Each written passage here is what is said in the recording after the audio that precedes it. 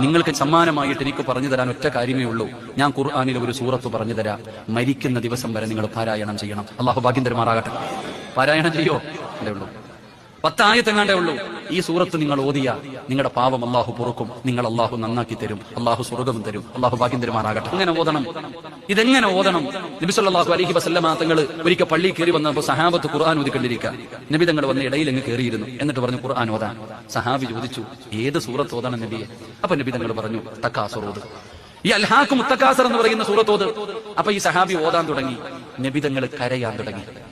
ഈ സൂറത്ത് ഓതാൻ തുടങ്ങിയപ്പോ നബി തങ്ങൾ കരയാൻ തുടങ്ങി. അള്ളാന്റെ റസൂൽ ഓതി കഴിഞ്ഞപ്പോ ചോദിച്ചു, നിങ്ങൾ ആരും എന്തേ കരയാത്തേന്ന് ചോദിച്ചു. സഹാബത്തിനോട് ചോദിച്ചു, നിങ്ങൾ ആരും എന്താ കരയാത്തെ? ഞങ്ങൾക്ക് കരച്ചിൽ വന്നില്ല നബിയെ, ഞങ്ങൾക്ക് കരച്ചിൽ വന്നില്ല. എന്നാ ഒന്നുകൂടെ ഓതാൻ പറഞ്ഞു. രണ്ടാമത് മോദി നബി തങ്ങൾ കരഞ്ഞു. നബി തങ്ങൾ കരയുന്നത് കണ്ടപ്പോ ചില സഹാബത്ത് കരഞ്ഞു. അപ്പൊ നബി തങ്ങൾ ചോദിച്ചു, നിങ്ങൾ എന്തേ കരയാത്തെ? അപ്പൊ നബിതങ്ങൾ പറഞ്ഞു, സഹാബത്ത് പറഞ്ഞു, ഞങ്ങൾക്ക് കരച്ചിൽ വന്നില്ല. അപ്പൊ നബിതങ്ങൾ മൂന്നാമത് പറഞ്ഞു, ഈ സൂറത്ത് ഓതുന്ന സമയത്ത് കരയണം. കരച്ചിൽ വരുന്നില്ലെങ്കിൽ അഭിനയിക്കണമെന്ന് നബി മുഹമ്മദ് മുസ്തഫ.